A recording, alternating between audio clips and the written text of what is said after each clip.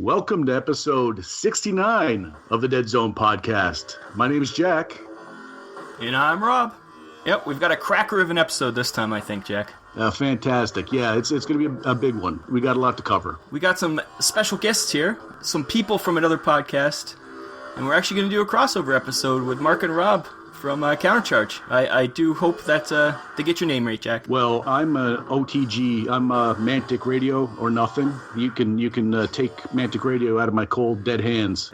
It's classic, but it's Countercharge now, Jack. You have to put up with it. Oh, I fear change. Well, let's get on with this episode. Welcome to the Countercharge and the Deadzone, the podcast crossover special. I am your announcer, William Randolph Wintergreen. I'm Rob Harper. I'm Mark Zielinski. I'm Jack Fyke. And I'm Rob Phaneuf. Well, tonight we have a special episode for you. Yes, your dreams have come true. We have joined forces with Bob and Jake to bring you a combined Deadzone, Countercharge, Mashover podcast. Or wait, is it Deadzone? Is it Countercharge? I don't know. Let's forget it. Let's just get started. Rob, Jack, and Mark, what should we get started with? Well, why don't we introduce our guests to the Countercharge audience, and then we'll go ahead and introduce ourselves to the Deadzone, the podcast audience. So why don't we go ahead and start with our guests, Rob and Jack. So, Mr. Harper, how'd you like to start us off? Introduce yourself. Yep, my name's Rob Harper, and my cohort is Mr. See, I'm not your dancing monkey. No, this is what happens. And I'm Jack, and we're from the Deadzone podcast, and we like to play it a little faster and looser than Countercharge, so you have to put up with some tomfoolery and hijinks.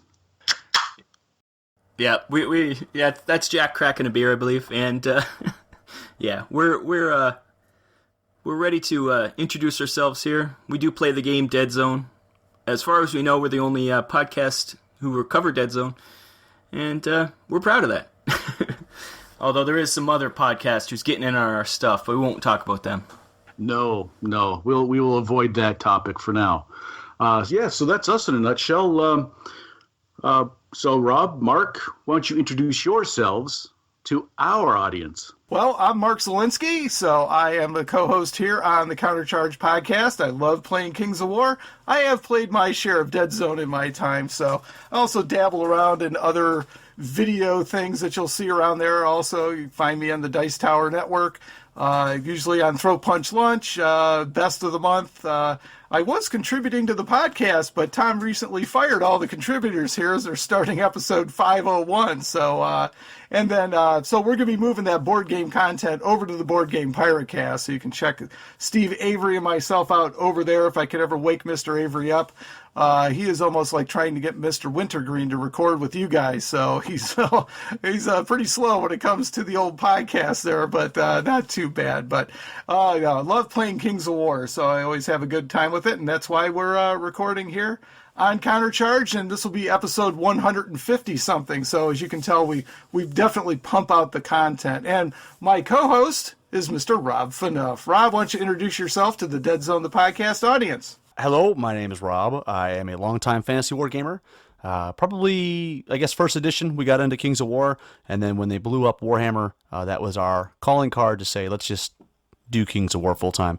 In terms of the podcast, Countercharge, unlike Deadzone, we are one of many Kings of War podcasts, so we were the first. And as Jack alluded to in the opening, we used to be called Mantic Radio way back in the day, about 4 years ago.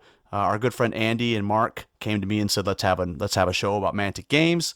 We ran that for about 31 episodes. Right around the time the second edition Kings of War came out, we transitioned over to Countercharge, and as Mark alluded to, I think our 150th episode dropped on March 19th. So in about 20 months, we've done 150 episodes.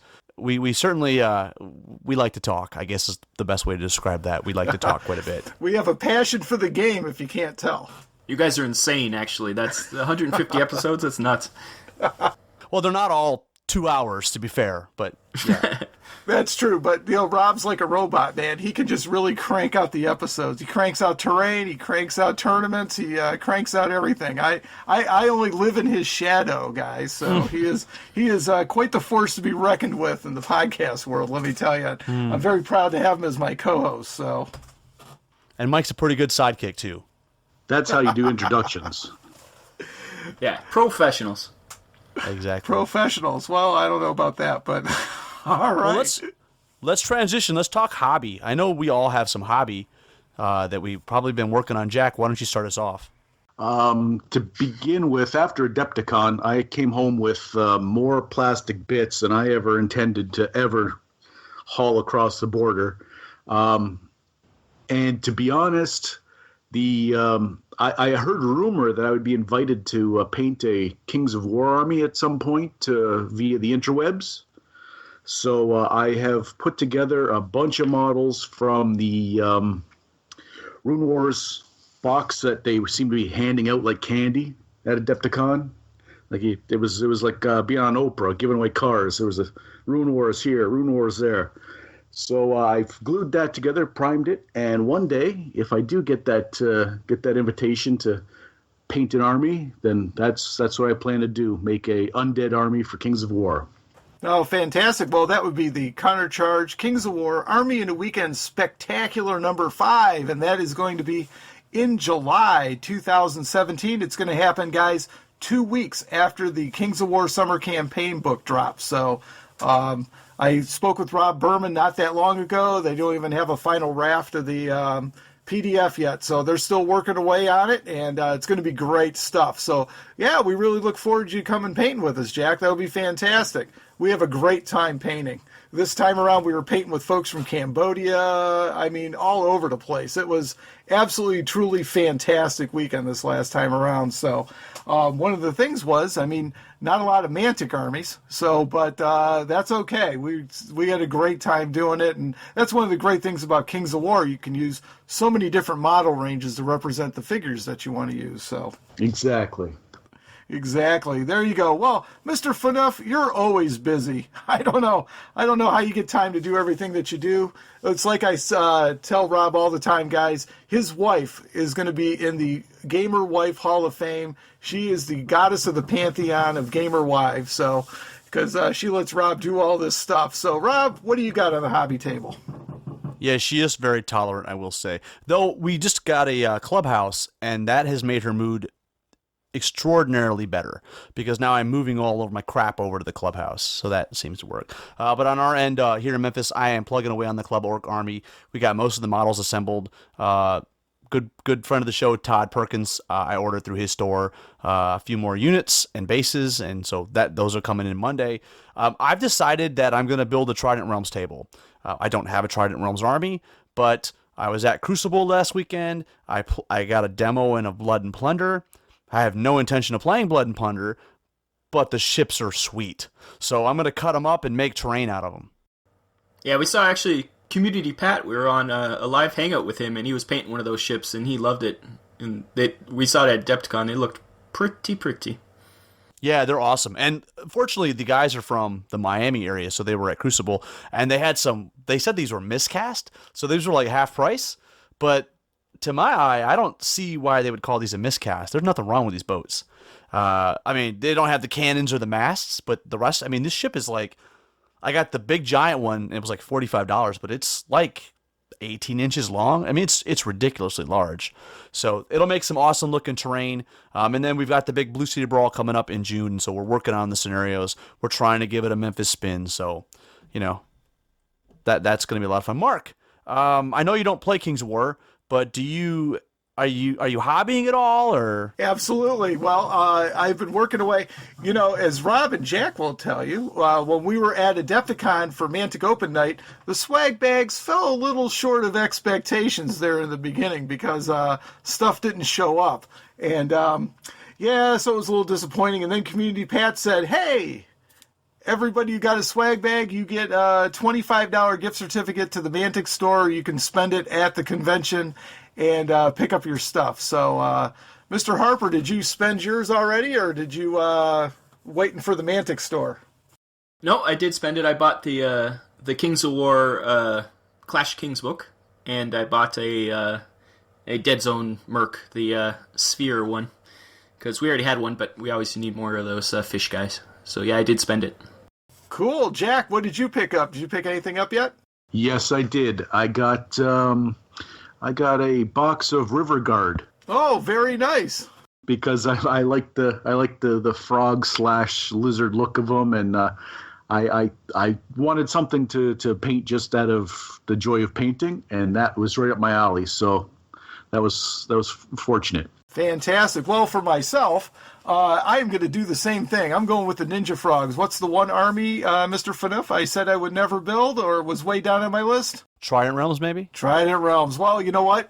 With my countercharge 10% off coupon code, and with my daughter went, so I got $50 off. I am going to be picking up a starter box set from the Mantic website, and I'm going to be picking that up, like I said. And I've already got my mega army, so I'm going to be set. I'm going to have all sorts of models for Trident Realms, and you know what? What the heck? I'm going to put one of the armies together. And then one day, I'm going to wait for the Worm Riders to come out in resin. So right now they're still heavy metal. I was looking at Mike Carter's blog, and I'm like, you know what? Those things are going to weigh 1,000 pounds. I'm going to wait for resin. So I'm going to hold off on those because they're $50 right now. So I could have picked them up, but then I would have had to pay for shipping. So it's like, okay, I'll go ahead and just wait for resin. So that should work out pretty well. So.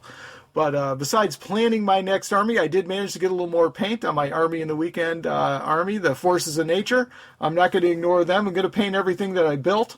The next thing I'm going to do is I'm trying to decide on a color for my salamanders. I think I'm going to base them in the Army Painter Dragon Red as my base color, and then kind of work from there. So I am going to violate all the rules of painting and start them without painting a test model. So I know it's stupid, but I'm going to do it anyways because it's going to be a quick paint army. It's my first one that's going to be on multi-bases, and I got to get Wayne to send me the rest of my bases. You guys just reminded me here on this podcast, I got to send Wayne another email and get the rest of my MDF bases shipped over to me. So, but that'll be great. So Wayne, you ain't wrong. Thank you very much up there at the TC War Room, supplying me with some good cheap MDF bases. So really appreciating that. So, Mr. Harper, what is showing up on your hobby table lately?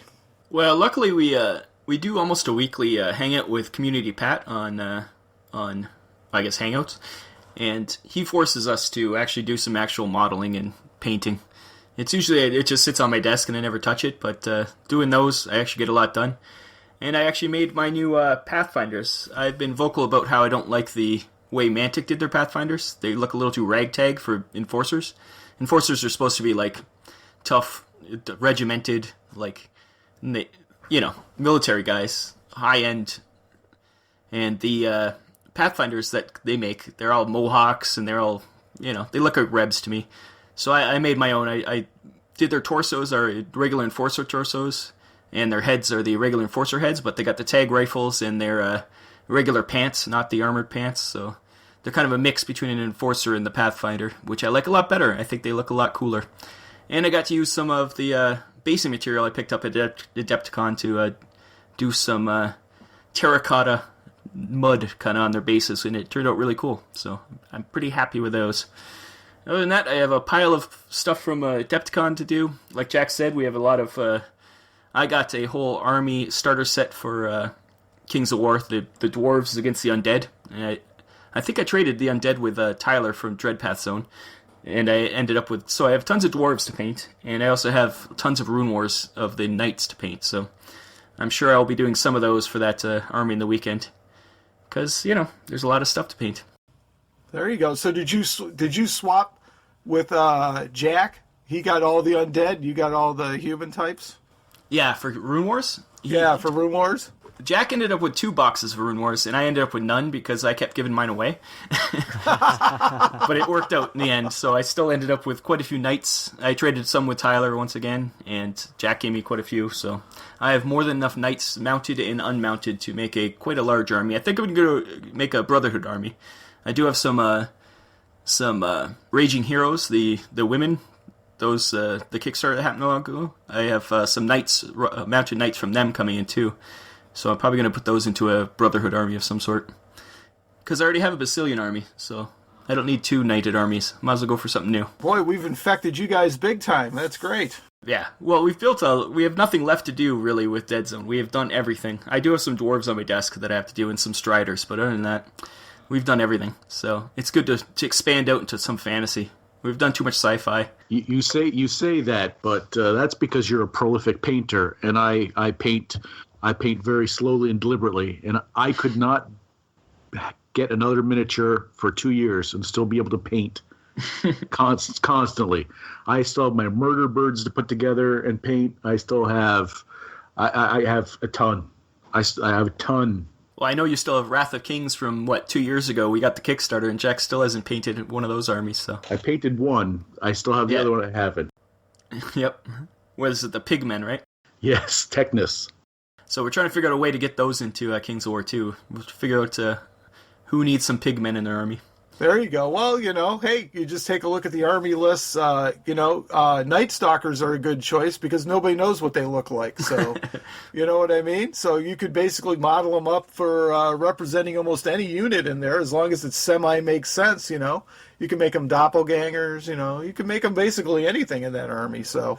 Yeah, that'd be really cool. Very cool. So, yeah, I see the Robs are definitely holding down the hobby aspect here. They are fast painters and big-time terrain builders. So, Jack, you and I are just hanging in there, huh? I would say that we're probably a little more patient, a little more willing to kick back, relax, and enjoy, live in the moment.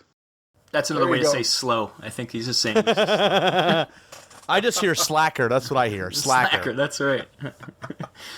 I hear burst painting. That's what I need to do. So that would be fantastic. So, Mr. Phaneuf, do we have any Kings of War news going on right now, or is it all quiet on the Western Front? We're just waiting on the summer campaign book. I don't think there's really any news. I think everything's already been said. Chris Kapsner's now on the rules committee. Rules Council. Rules correct. Council. I guess that's the news, Mark.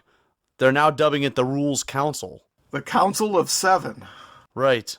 But that's about it. Lots and lots of tournaments popping up. Every time I turn around, there's 3 new ones. So I don't even know what to say. You can't get to them. It's like Pokemon. You try to get them all, but you can't. That's it. Yeah, it's gotten to the point where they literally are popping up everywhere, which is fantastic. Really, really enjoying that. I couldn't even possibly hope to get to any of them. So going to Lone Wolf, though, I'm excited about that one. So they're actually talking about a one-day tournament over in Cleveland, Rob. I almost fainted. So, my wife is nowhere near the hobby goddess your wife is, so I'm hoping I get a chance to go. So that's my biggest hope. You won't. I have faith in your wife. She'll have something for you. Yeah, you'll have a party to go to or something you'll have to take care of. That's right. Hey, I am missing a concert for my daughter to come down to Lone Wolf, so give her some credit. I am looking forward to coming down. That is going to be a great time. So, Rob, Jack, how is Deadzone doing with tournaments? Do you guys have a tournament scene? Are you guys trying to put one together? How's the community holding together? How do they approach Deadzone from a tournament standpoint, or escalation leagues in the hobby shops or anything like that? Well, we don't really have any hobby shops or anything like that around us. So we're a lone island out in the middle of Canada, just by ourselves. But I know in England there's tons of, you see tournaments popping up all the time in England for Deadzone. It seems Deadzone is much more popular in England than it is in the States. Unlike Kings of War, it seems the opposite. It's still popular there, obviously, but it's huge in the States. Hopefully we get some more people playing some Deadzone. I know the Chicago area, with where Community Pat is, they have escalation leagues and things like that there, and campaigns. But yeah, so far not too much. We don't get as much for Deadzone. I think Deadzone it lends itself more to more or less fun play. I think tournaments, other than like Adepticon, things like that, even a Adepticon tournament, Jack can speak of that. I wouldn't say it was uber competitive, eh, Jack? No. I was very pleasantly surprised at how it just seemed like a bunch of buddies that you'd never met sat down and just started playing a round robin of games. It was not... while it was organized, and Shane did a fantastic job making sure it was running smoothly and it was official and everything was going, it really just had the air of being at a local hobby store, really. And nothing like the pageantry you saw just a couple tables over with the parading of the armies and the loud noises and it's far different. But there's still time. Deadzone's relatively new. The second edition just came out relatively not that long ago, so there's time to get a little bit more of that pomp and circumstance. Yeah, Kings of War, Clash of Kings was right next to the Dead Zone, so that's what Jack's alluding to there. They were impressive, seeing all the boards and stuff that they do. The only person who brought a demo, like what are they called, the display board, was Coach. Coach brought a display board for his. He was the only one. But I know Jeff Burbage said he wanted to do one. He just ran out of time. So hopefully next year we get a lot more display boards, that kind of stuff, because that's the kind of thing we want to see. Obviously, me and Jack are much more into the aesthetics of it than the competitive nature. So, yeah, personally, would love to see that kind of cool stuff. And, yeah, other than a few people at the Adepticon tournament, it was pretty laid back. Coach was pretty intense. That's why he won. And Tyler was pretty up there, too. And there was a few others, but generally it was fun times. Yeah. Oh, very cool. Now, let's slide into a little Dead Zone news. Now, I'll lead off for you guys because I saw if you buy a terrain pack or something, I don't know if you guys saw this, you get a free copy of Dead Zone 2.0. Yeah, that's pretty cool because people are buying the Battlezone terrain not just for Dead Zone. They're buying it for a bunch of other games. So getting a free rulebook might get a lot more people. Hey, look at this! I got a book anyways. I'll read it and I'll look at it and hopefully play. Yeah, it's one of those ideas that once you see it, you go, oh, of course. That makes perfect sense. Why didn't anyone think of that before? People are buying that terrain to make. We saw that that terrain being used for boards for everything. I thought maybe what was it? Malifaux, I saw a board with it inlaid in the bottom of the actual board. There's a ton of them, and you just throw those rules in, and you're playing the game you buy the train for, and then all of a sudden you're like, I'm just gonna flip through this book a little bit and see. Some rebs catch your eye, maybe some enforcers, and then next thing you know. Yep, and with that it's a hardback rule book too. It's a really nice rule book. It's not some chintzy, like quick start rules. It's the hardcover 2.0 full rule book. So it's usually $40. So you're getting that for free with the sets. And the sets run from about 80 to 150 US, and you get all that terrain. And I know once again we were playing on Tyler from Dreadpath Zone's stuff, and people kept walking by. We were just playing some games at Adepticon, and all the time people who didn't know what we were playing were like, oh, look at that, I love that terrain, and they were really, it was the biggest thing that caught people's attention for sure. Awesome. Anything else you guys got going on in Dead Zone right now, or is everything gearing up for Warpath? Yeah, Warpath is the big thing right now. I think the official release was at Adepticon, even though they only really had the slipcase with the 3 books, and they had a few of the Enforcer planes, but they sold out pretty quick. A lot of the vehicles are still backlogged for the Kickstarter, so we're still waiting for those to come out. Once those hit, I think Warpath's going to explode. Yeah, when is our Wave 2 coming out? You guys know better. I want to say July, but correct me. Supposedly it was late April, but I'd be very surprised if that happened. I would guess more May or June. Oh, that soon? I'm excited about that. I've got some Forge Father stuff coming. Yeah, the July date, I think, is the general release, not to Kickstarter people. That's to everyone else. Oh, that's how I mixed it up. All right. So that should be good. I cannot wait. I do love my vehicles. When are we going to hear about Warzone the podcast? Well, we're definitely not doing Warpath, but there is another one out there. Jack, should we plug those guys? I don't know. They probably don't deserve it. Was that yes? They I'm a big fan of their podcast. I listen all the time.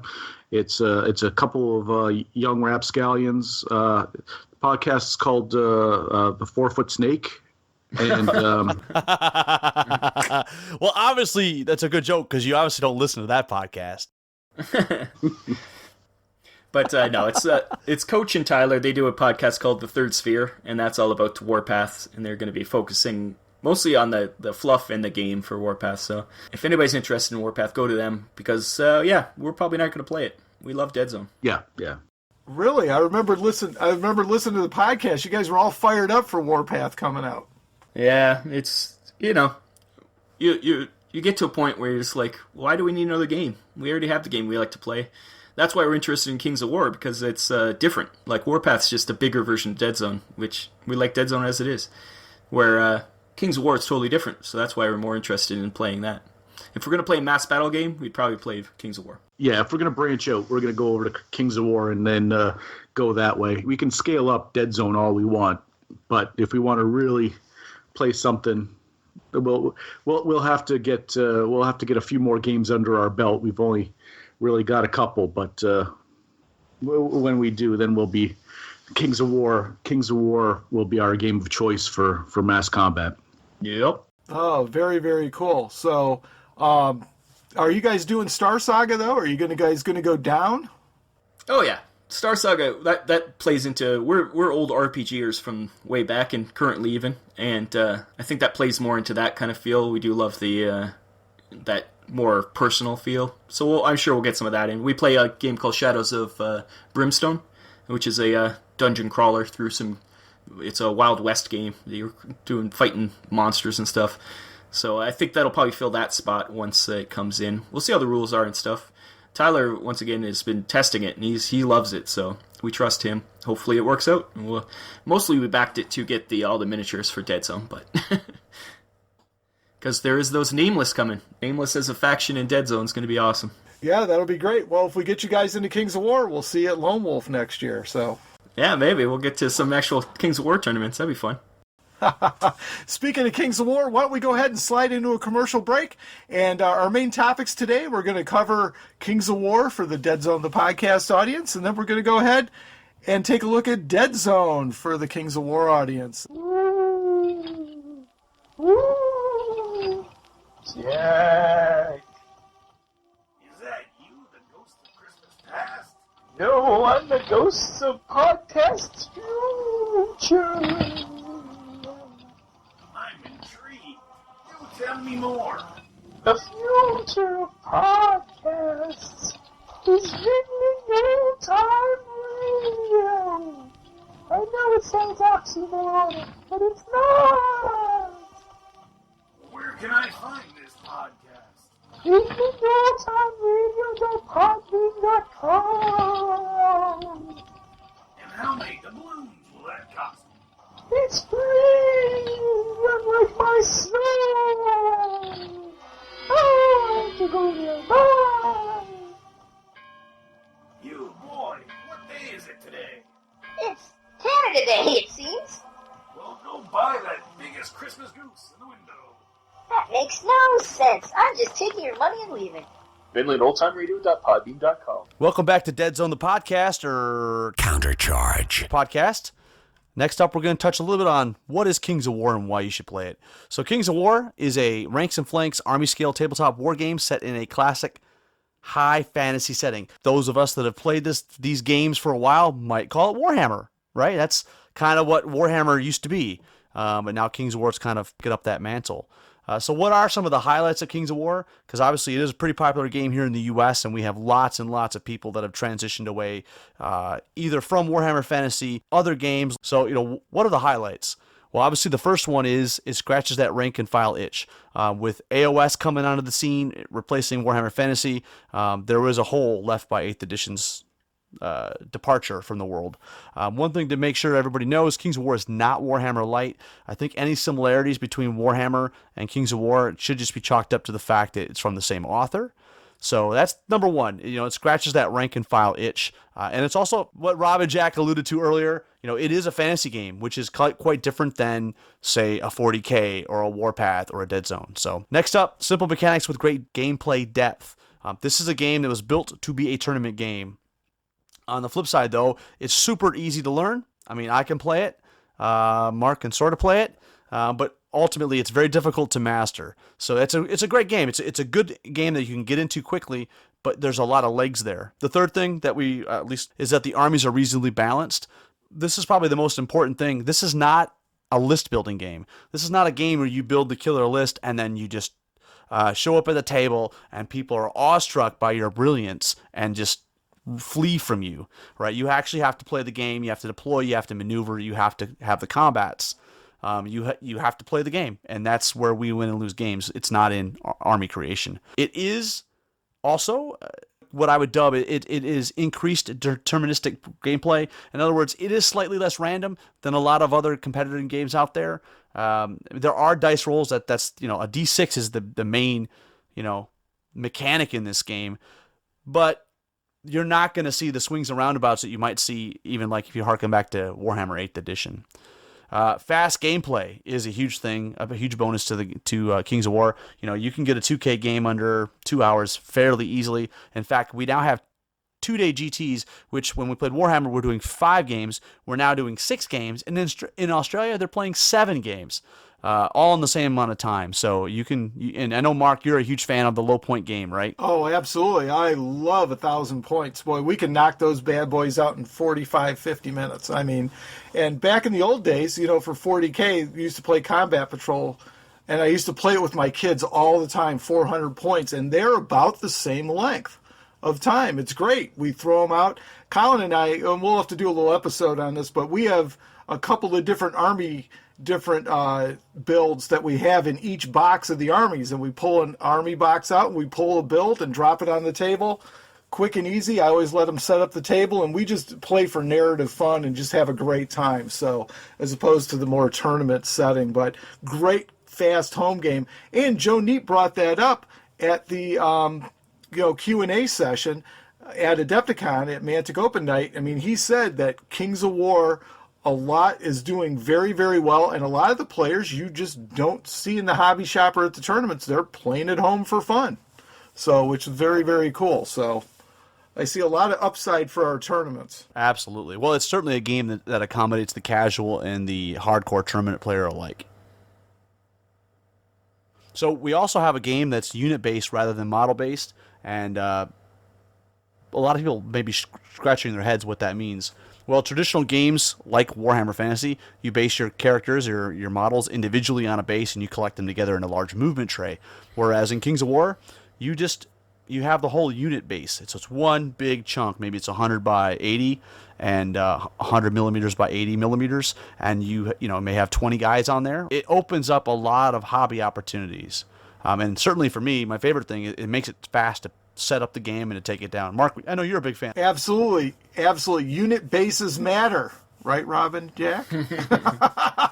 We'll get to that later, but no, the unit basing is fantastic. It's one of the things that used to drive me nuts about Warhammer was putting the armies and trying to put everybody back in the unit trays all the time, pulling them out, putting individual models. Oh, I so enjoy just popping that unit base, dropping it in it. And you know what? I've gone to using some boxes, like envelope boxes and stuff like that for just our shelf storage. You just pop them in and out. Game setup is so fast now. It is just fantastic. And transport is easy. And, I got all these fancy battle foam fags, and I'm waiting for the day Romeo will come out with unit tray inserts. But I don't know how or when that's going to happen. But, basically, when I've traveled to some of the, like the Ocon and stuff like that, I just had my box filled it with some packing peanuts, and away I went. It was fantastic for army transport. I love the speed of setup. I just love the multi-basing. And like I said, my Forces of Nature is going to be my first true multi-based army. I'm really looking forward to putting that together. Obviously, Kings of War also accommodates a lot of existing fantasy armies from other game systems, whether that's Warhammer. I'm loving that you guys are, have gotten a free starter box from Fantasy Flight and you're using those to play Kings of War. That's fantastic. We got 21 armies that are in the books. So, I mean, if you can't find something that tickles your fancy in 21 armies, I don't know what to say. I mean, I think there's something there for everybody. Obviously, another big thing about Kings of War is we have a very responsive company that gives us lots of support, and the really cool thing I think is that we're getting yearly tweaks to the game. So rather than every 2 months you're getting a new codex or a new army book, you are getting basically one $15 book once a year that tweaks the games, but changes out a few of the key magic items, maybe adds in a few spells, adds some new scenarios, and just keeps the game fresh. So we're continually keeping the game fresh without the power creep that you might see in other game systems. And finally, maybe the most important thing, Kings of War is a great value, right? You can use your existing army to get started. When you're ready to buy Mantic models, they're not terribly expensive. They're a good value. And then obviously the rule books and the supplements and all the stuff that you need to purchase to get started it's not insanely expensive, and also you don't have to buy stuff every single month like Magic the Gathering. Pokemon. There you go. You got to get them all. I can't tell you how much my son spends on Pokemon. It's like, dude, buy models. Exactly. Although I do find that with Kings of War, because there is 21 different armies, all the time I'm like, oh, I want to start that army. I want to start this army. It does ended up getting more expensive because you want every single army. Yeah, that is a bit nefarious on their part. They probably planned that intentionally. I'm sure they did. Well, Mr. Harper, it's nice to hear that you have the same gamer ADHD I've got. So that's one of my biggest deficits is I keep shifting army to army to army to army to army. So I if I could just focus on one at a time, I'd be dangerous. Yeah, you'd actually know how to play. Oh, yeah. Hey, you know what, Rob? I'm looking forward to meeting you in round 2 at Lone Wolf, so... Because we'll both lose our opening round game. Oh, for sure. So we've got a shot pretenses. At it. So. I have no pretenses. I am going to get destroyed. But that's okay. I will enjoy my Four Locos alcoholic energy drink. And, yeah. Well, Mr. Fawkes and I are planning on having a slap fight for last place, so it should be it should be very, very interesting. So, but we'll talk about that in shout-outs later on. Mm-hmm. Rob, Jack, any words of wisdom for your audience, and our audience, for that matter, about Kings of War at all? Well, we're just excited to... I particularly am excited to build armies. Playing is always secondary for me, but building those armies, that's so much fun. I do love the multi-bases and what you can do with scenic bases and stuff. That's the hobby part of it is making me drool, frankly. And I already have a few armies already started, because just for fun. I didn't even plan on playing any of them, but now maybe we'll get some actual games in. That'd be more fun. Yeah, because you were getting a lot of those Mantic Crazy boxes, and they were putting in ogres and women riding panthers and all manner of stuff, and you couldn't help yourself. Before you knew it, you actually had probably a decent army, and you didn't A, play the game, or B, have any interest. So now with that carrot hanging in front of you to actually play the game, yeah, that could get scary. Yeah, I'll have to start selling armies off because I do enjoy building them too much. Well, there you go. Well, you know what? You guys like playing the skirmish games, low points, and I think Kings of War really holds up well at low points. So, I mean, Colin and I play on a 4x4 here, so which, would easily hold a nice Deadzone mat on it, because that's usually 2x2, right? Yes. So, so that would be great. So if you just put 4 mats together, you would have a Kings of War battlefield. So I'm sure you guys have played a large Deadzone game before with 4 mats, I would imagine, right? We actually got a custom mat made, a 6x4 Deadzone mat made, so yeah. Wow! We like the bigger games. So, yeah, where does someone get a mat like that made? We actually got it made by Mats by Mars. They said they can do anything. I think it was 4 foot wide and up to 150 feet long. So if you want anything in that area with any kind of grid on it, they have a lot of different versions, like hex grids or 3. Like for Deadzone, it's 3x3, 3-inch by 3-inch. But yeah, they can pretty much do anything. So you just talk to Mario at Mats by Mars, and they can hook you up. Now, what kind of material are those mats made of? Are they the mousy pad material, or are they like the the thinner material that the cigar box battle mats are made out of? The like felty material, or are they something else? No, they're vinyl. They're actually like almost like what you make signs out of, like what you know what it is? Oh, Jack, like the don't you? banner posters. Yeah, almost banner material, but it doesn't wrinkle, it doesn't crease, and if we've used them plenty of times. We've never marked them.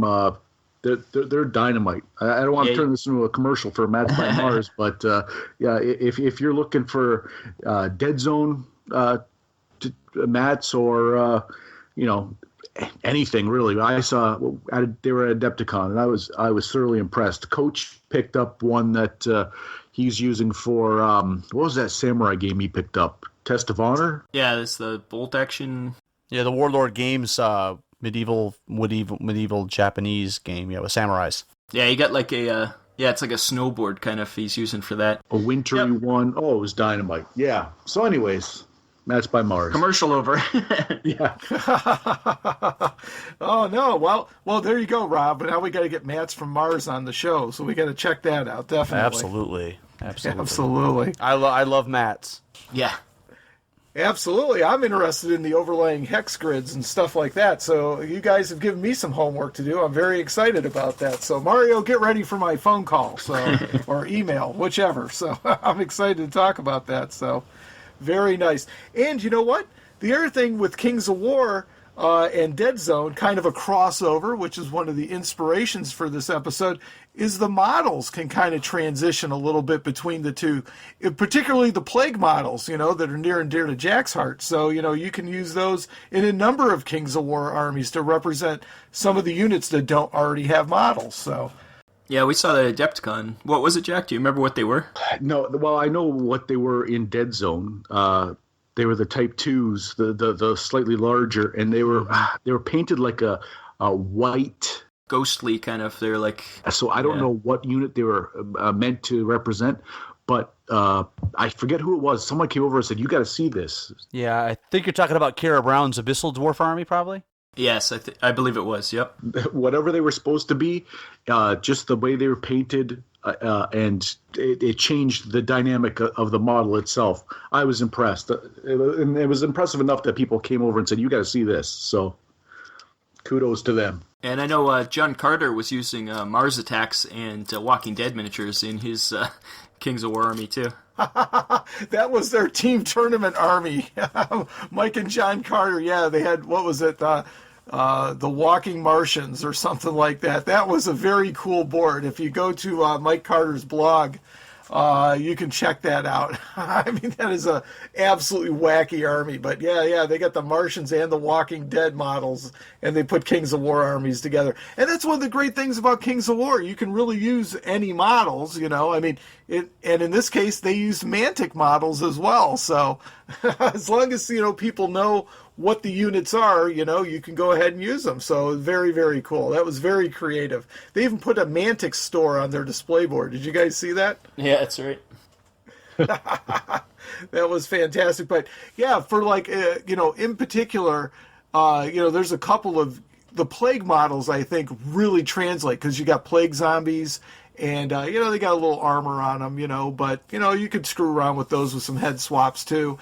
And the plague models, in general, like the Type 2s, that Type 1 would make a really cool monster.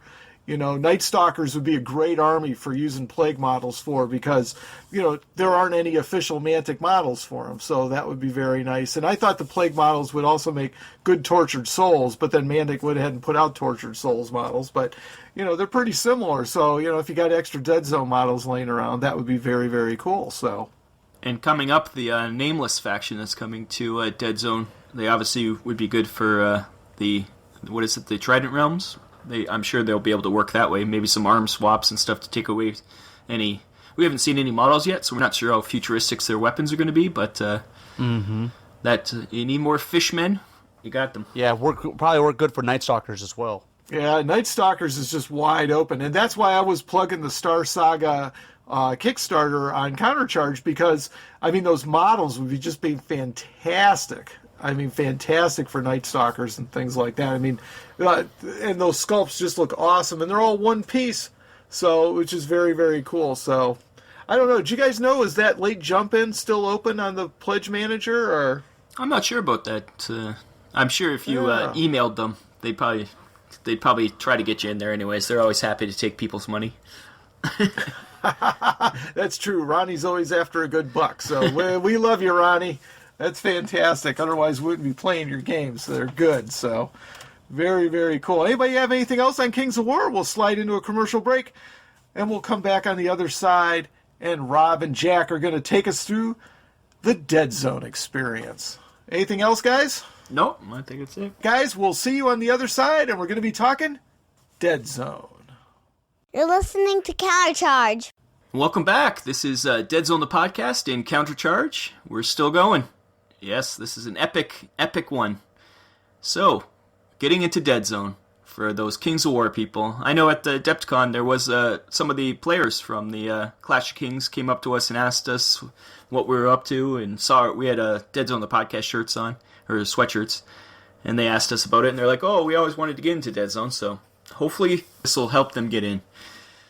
And Deadzone is a sci-fi skirmish game, and it's set in the far future that's ruled by evil corporations with lots of menacing aliens.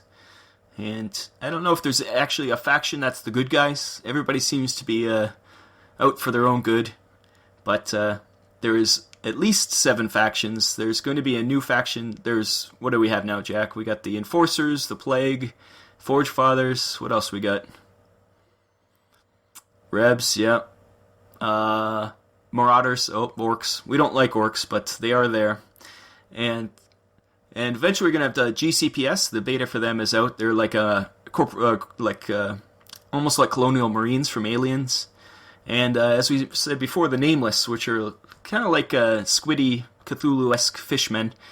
They'll be coming in with Star Saga too. So lots to choose from there. Not 21 factions, but there is quite a few. And I think there's something for everyone in those factions. They tend to cover all the bases. You got the hard-hitting guys. You got the fast little guys. The thing that makes Deadzone different than, say, Kings of War is that the factions aren't necessarily balanced.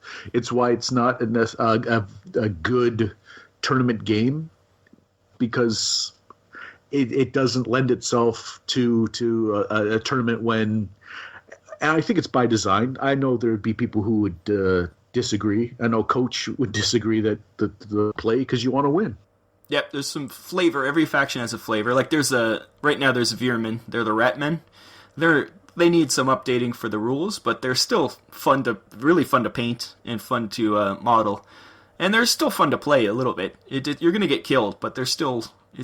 Jack played them a lot in the pre-Adepticon matches against people, and it's a good army to play against if you want to learn how to play.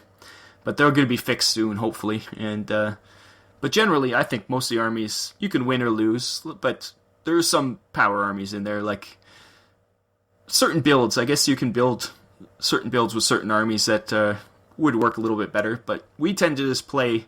We'll build a theme army or build something we want to try out and play it out, and it's always fun because you never know what's going to happen. There's you're rolling d8s. There's a lot of chance in this game. Once again, not like Kings of War. You get a little more chance. Throwing grenades around, a lot smaller board. It's still tactical, I would say, but you're in a very claustrophobic board with the battle zone terrain or any other terrain. We have quite a bit of other terrain, as long as it fits on the board and you can tell where people are standing, because it is a gridded system. There is grids on the board, 3x3 grids, no measuring. So I think it's a really easy game to get into, and it's super fun. Well, we do a podcast about it, so obviously it is fun. Yeah, it's a gateway game.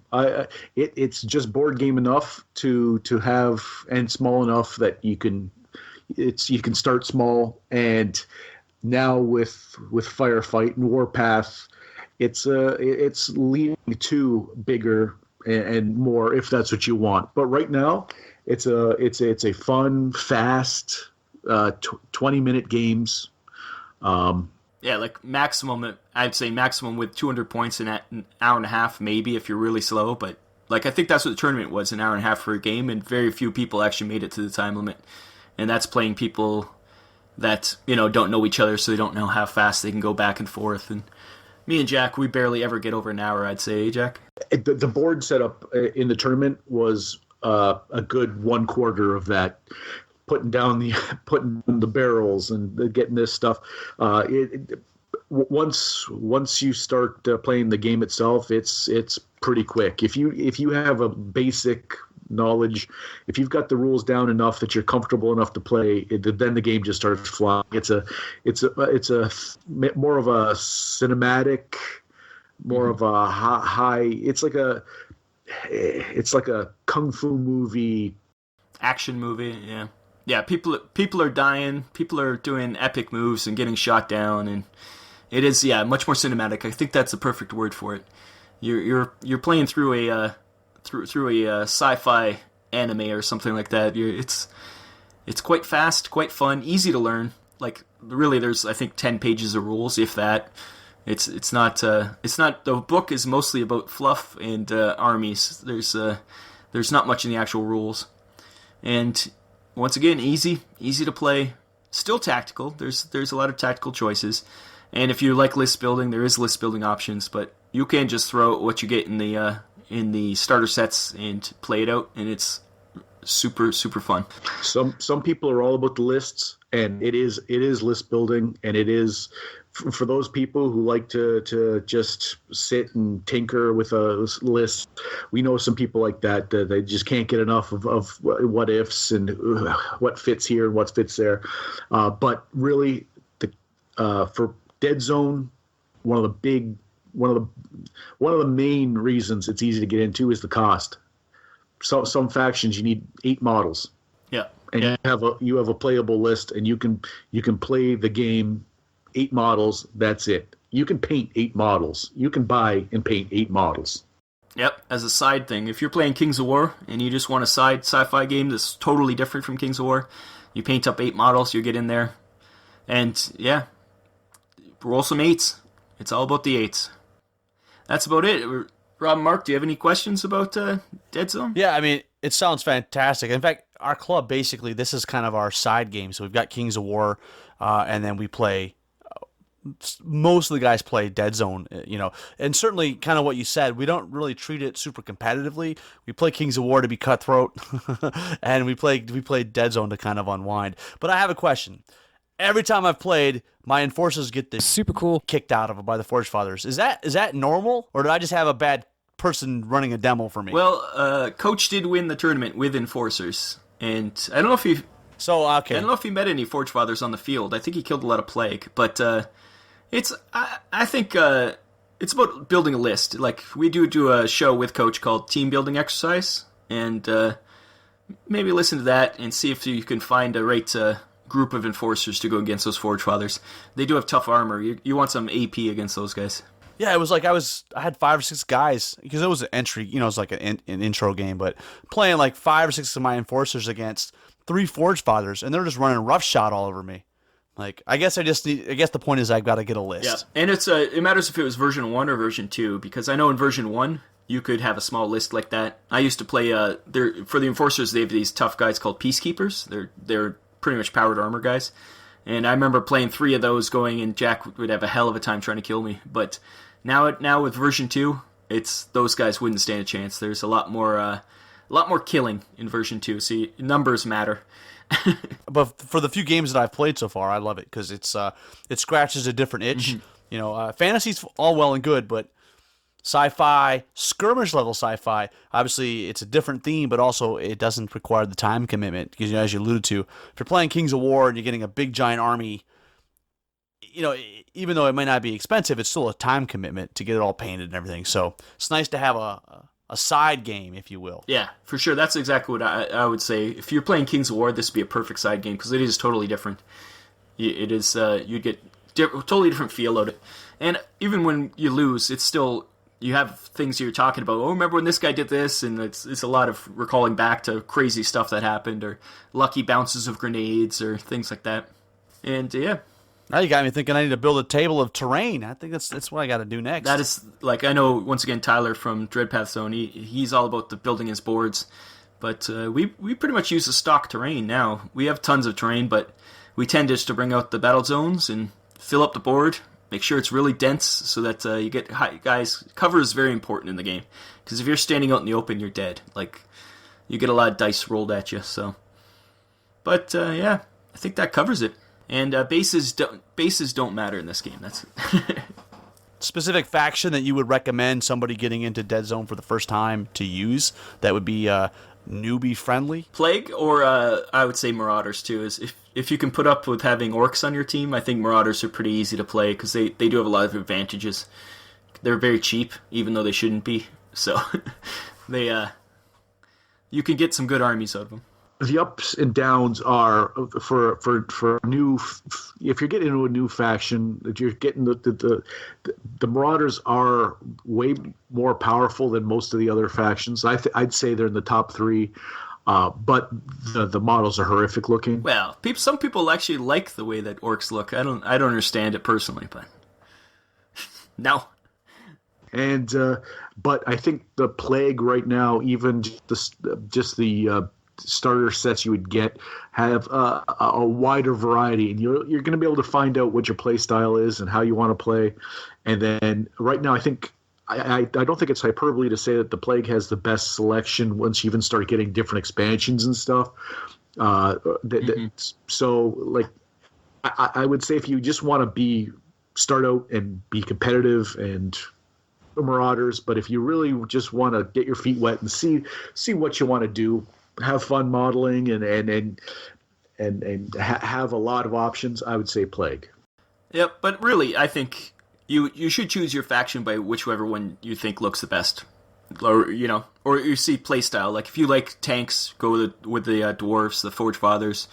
If you like more speed, you might go with Pathfinders with the Enforcers. If you like the look of an orc for some reason, Marauders. But Asterians, I think Asterians are probably one of the harder ones to play. Veermen right now they're not up to snuff, but like I said, they were due for a update. And Rebs, people really love the Rebs. The Rebs probably are the most variety in models. Like all different alien types, and you can really have some fun with those guys. But yeah, pretty much anything works. But I think Jack is correct. If you like the look of the Plague, and you like that kind of hand-to-hand kind of play style, because they're much more melee, I would say, because their shooting really is terrible. But I think it matters what your play style is. That you could see which one you like the best. And once again, listen to a team building exercise, because you'll find out how each one plays and what you might be interested in that way. And unfortunately, bases, and we do joke that bases don't matter, but bases are part of the line of sight rules. The line of sight rules are true line of sight, and currently bases do matter, but we're trying to make people disregard bases, because man, it sucks when you're trying to get a clear shot and just like a quarter of the base is just hidden behind a post or something, and you don't get a clear shot because of the bases. It's something that we have a soapbox about, but generally it's a fun, easy game. Which in Kings of War, you can make a diorama and have add a little here, a little tuft of grass, and maybe have the guy stick dynamic poses and do what you want. Right now in Deadzone, because of just some of the way the line of sight rules work, if you want to get creative, if you want to showcase, if you want to make something that's nice, some rules lawyer will go, okay, well now I'm going to bend you over a barrel for having the audacity to have artistic merit. Like that's right. Right now, it doesn't lend itself to some of the showmanship that I think it deserves. Yeah, exactly. Well, yeah, certainly in Kings of War, the systematic line of sight, where it's not true line of sight, helps us from a hobby perspective, because you're free to do what you want to do, right? And you don't have to worry about the impact by some ruse lawyer that says, well, technically the dragon's tail is 6 inches, Yeah, that's Deadzone. If you took out the bases, it wouldn't matter. Like I guess some people could model for advantage, but generally your guys are in their poses that they come in, or you can repose them. But it's just the base, because the base is a lot bigger, I guess, than the model. Like generally, it really affects the line of sight rules. And once again, if you just took those out, it'd be a clean, easy thing. Bases should just be holding your model up. It shouldn't matter about seeing it or not. And then you could do crazy stuff like having tall tufts of grass or something that you probably wouldn't do now, because you don't want to have anything sticking out, because people could shoot it. But that's just that. Once again, that's a side fight that we're. You're fighting the good fight. There you go. Do you guys think systematic line of sight would work in Deadzone? Because right now it's true line of sight. So, no, you guys are familiar with the Kings of War rules. I don't know if that would work in Deadzone or not. I think it would take away the base of the game, is that you're trying to get right face down and looking around corners, trying to see guys and looking through windows. That is the main point of the game. I think you do need true line of sight for Deadzone. It's just needs to be tweaked slightly, but generally it works great. I agree. I understand in Kings of War you can say, well, hills are this high, this unit is this tall, this, it just mathematically, boom, it's done. Because everything's wide open and you can't say model a siege engine in such a way that, oh, well, now I have an advantage. But in Deadzone, I think that the key is that they want you to, kind of, oh, can I see through that window? What if I just crane my head this way? It's a different feel, a different aesthetic. I don't think they would. I don't think it could work that way. We actually have laser pointers that we use to get line of sight and stuff, which is, it's fun shooting a laser pointer, trying to shoot through a window, around a corner. You're like, okay, can I, laser doesn't lie. That's the... Well, that harkens me back to 5th edition 40K, so... I don't know what this 40K is. I've never heard of it. I'm sorry, I said a dirty word, so... I thought it was AOS in space. Not yet. Soon. AOS in space, there you go. Hey, so what point games do you guys usually play? So, I mean, is a 100-point game considered a small game? You guys were talking 200. What's a normal point level for? 100 points, you would never... I think you play demos at 100 points. I don't know if you'd ever play a regular game at 100 points. You start getting to play fun units, getting the Striders, which are the mechs. You're getting those in at 200 points. You get a lot more variety in your choices at 200 points, so that's what we play. But we're gonna start expanding up, maybe past 200 points too, to get some bigger games going. We'll have to see how that works out. 200 is the sweet spot for having to be able to move in units that you want, like the different models you want, but also keeps the games quick and easy. It's tutorials at 100. Games that want to play at 200, and then after that, once you got all the rules under your belt and you really, you've opened up the purse strings and bought a whole bunch of models and you really want to just go at it, then move on from there. But 200, that's the perfect number.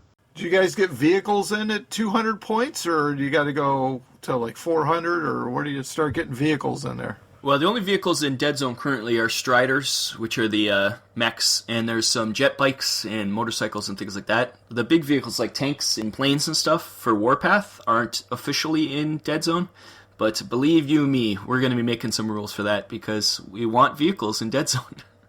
Mantic has said that they're not going to have vehicles in Deadzone, but we will force vehicles into Deadzone. Oh, they will.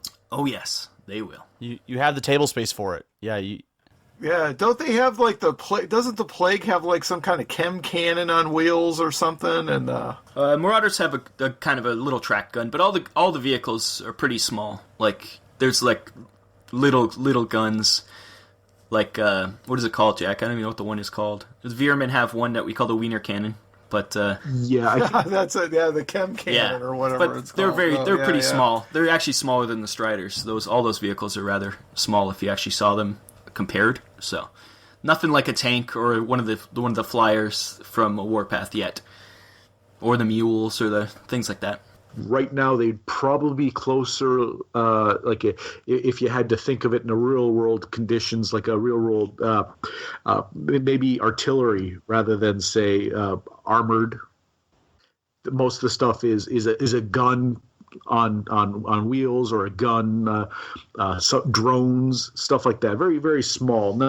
Not like the tanks that the Warpath, not like the interceptors, the stuff that we're expecting, the mules. Yeah, those are all like jeeps and planes and things. So, yep, we'll get some rules in. We are planning to do our own house rule book. I don't know if we've ever really announced it, but yes, the unearthed intel will be coming, and we'll have a bunch of house rules for that kind of stuff, all the stuff we like to change, because we're never happy with rules, so expect that in the near future. So a world-exclusive announcement here on the crossover episode then, huh? There you go. To all 10 listeners. The first of many, I'm sure. We've got a whole bunch of cats to let out of the bag. Well, there you go. Very, very good. So, you guys got anything else to enlighten us with Deadzone? No, I don't think so. I know you wanted to say if there's any Kings of War models that you could use in Deadzone.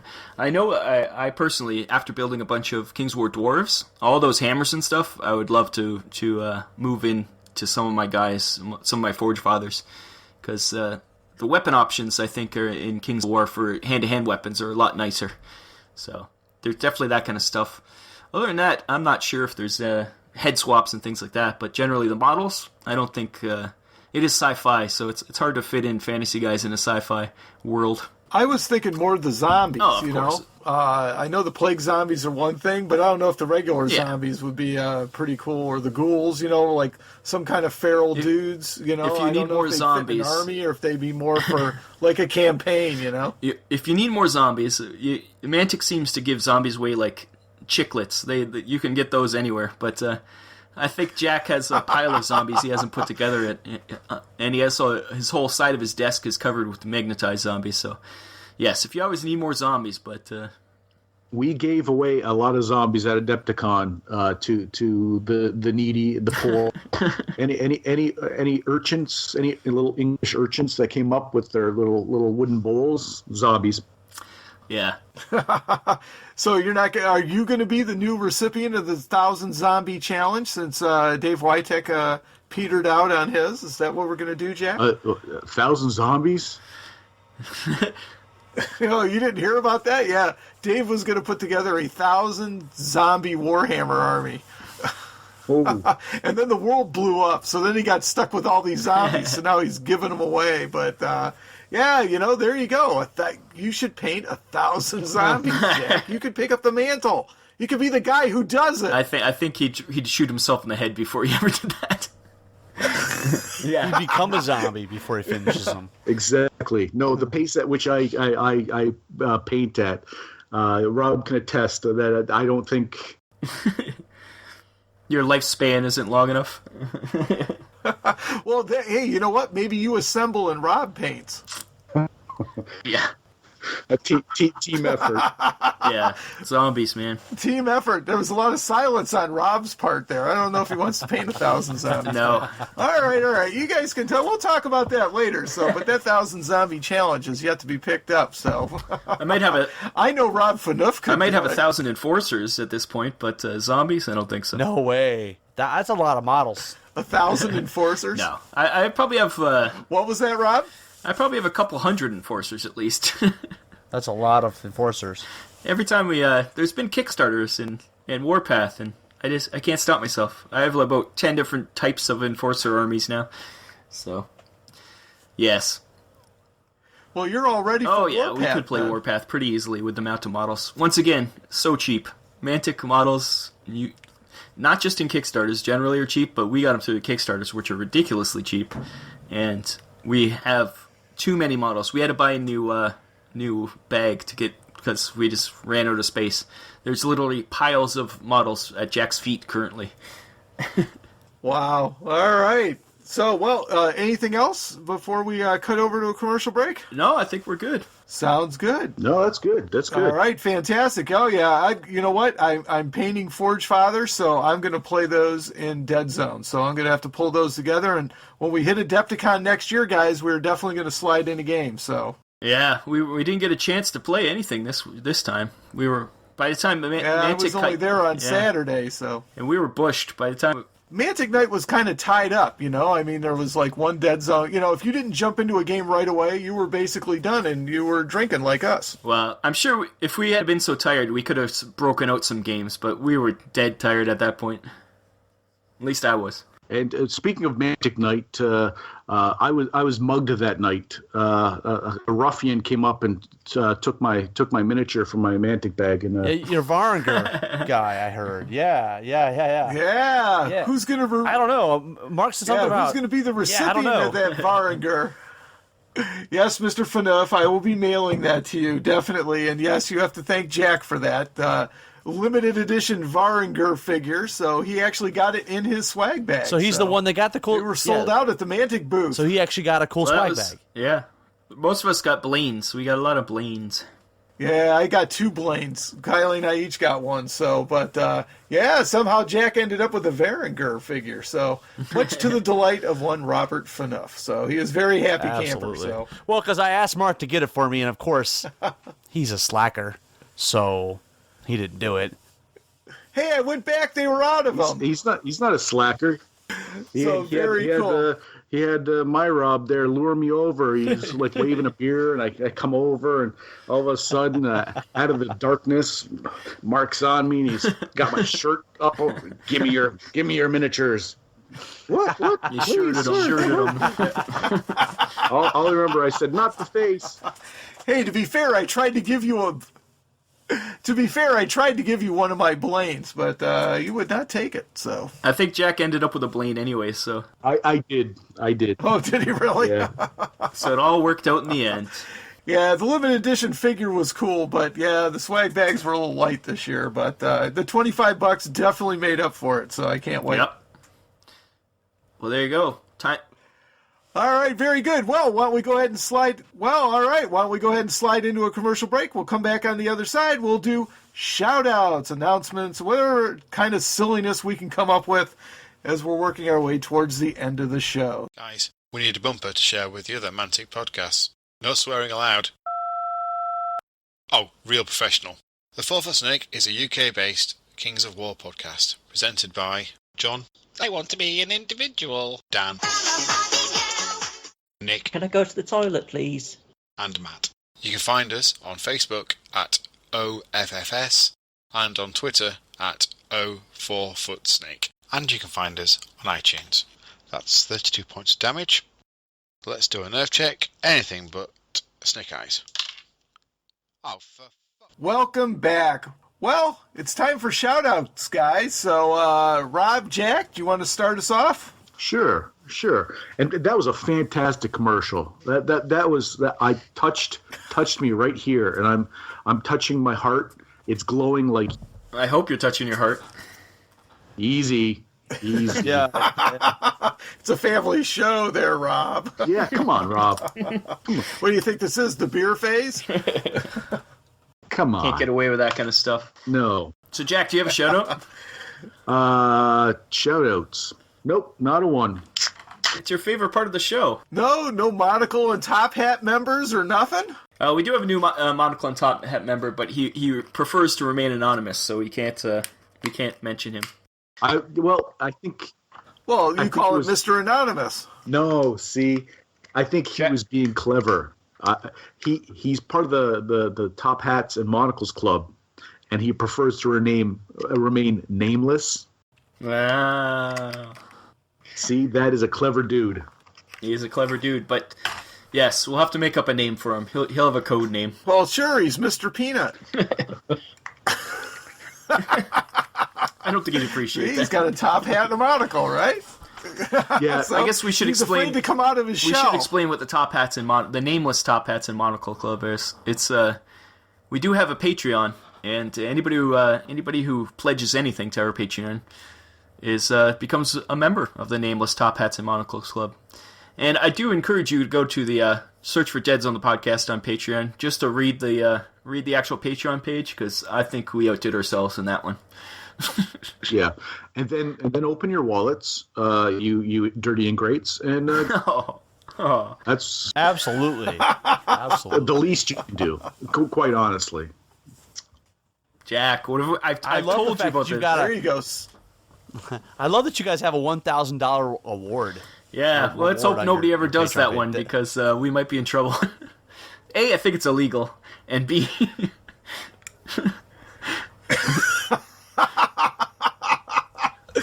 All right, you got my interest. What is the 1,000 point reward level? well, I'll go to it and I shall read it out then.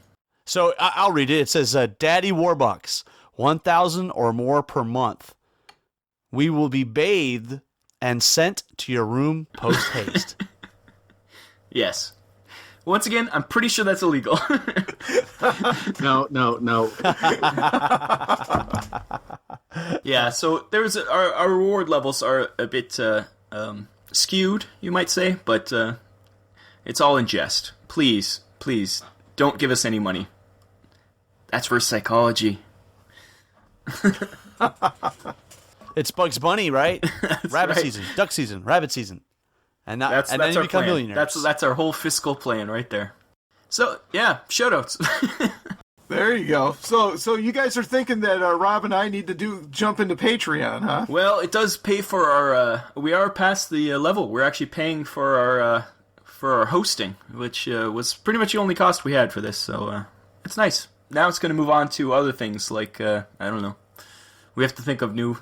Yeah, we have to think of new things. We got Jack sandwiches, and we got paying for our servers. So beyond that, Traveling to Adepticon could be covered next year. yeah. No, well, we don't want to be that needy. Lone Wolf. We have to think of other things to waste the money on. No. I want my Adepticon trip paid for next year. You all heard it. Get together. I don't know if you have to plan, start a committee, do whatever. Just get those wallets out. There's only one Cox in King's War. Yeah, all of this is going to have to hit the cutting room floor. This is not going to make for the PG audiences that. Actually, our show we don't even have swearing on it. You guys at least allow swearing. Oh, I shouldn't have said that. Jack's going to just swear a lot now. Fantastic. I don't know. Rob's pretty liberal with the sword clangs. Yeah. Oh, fantastic. Well, I'm going to give a quick shout out here. I'm going to give a shout out to you guys for helping me out with my Lone Wolf Challenge acceptance for Mr. Jonathan Fawkes. So, this is the world premiere of my acceptance of the Round 1 Lone Wolf Challenge. So, I'm going to go ahead and I'm going to play this, and we'll be right back.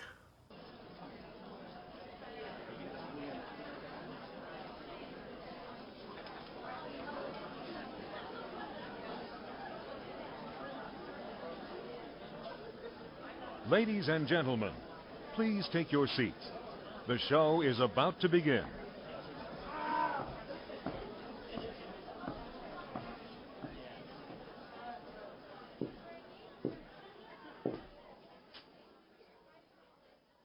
We present tonight a dramatic reenactment of the Right Honorable Mark Zielinski of Ohio representing Countercharge's historic acceptance of Jonathan Fawkes of England and the 4-Foot Snake's Lone Wolf Challenge for the first round in that prestigious event on April 28th in the year of our Lord, 2017. Playing Mr. Zielinski will be Monsieur David Nathaniel Walker, with the villain of the piece, Fawkes, played by Bartholomew Bite. Please sit and enjoy.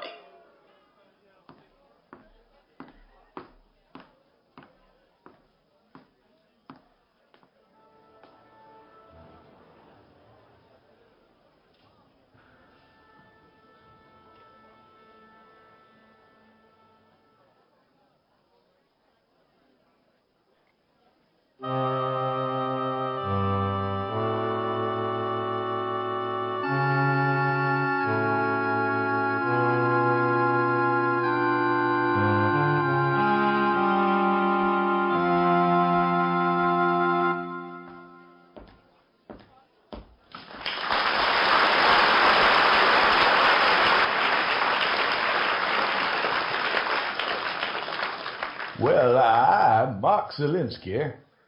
I do declare that I accept the first round Lone Wolf Challenge at the tournament that will be April 28th, 2017.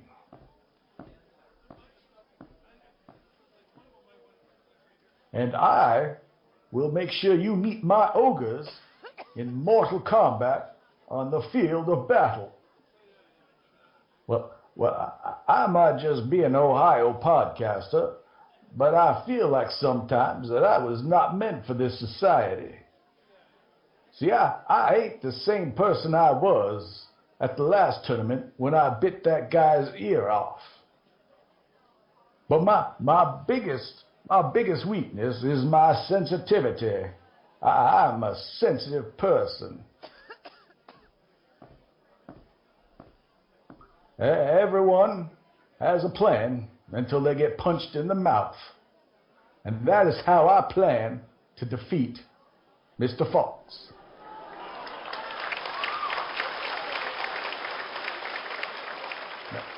Now I plan to feel his muscle tissue collapse under my force. It's ludicrous these mortals even attempt to enter my realm. Then, when you see me smash someone's skull, you'll enjoy it. I might not be Mother Teresa, but I'm not Charles Manson either. Now, I might just be an Ohio podcaster. But when I fight someone, I want to break his will. I want to take his manhood. I want to rip his heart out and show it to him. And finally, I love to hit people. I love to. In conclusion, I know that I'm going to blow one day. My life is doomed the way it is. I have no future. But on April 28th, 2017, Mr. Fox, I always just want to be humble at all times. I'm just happy I am not a phony.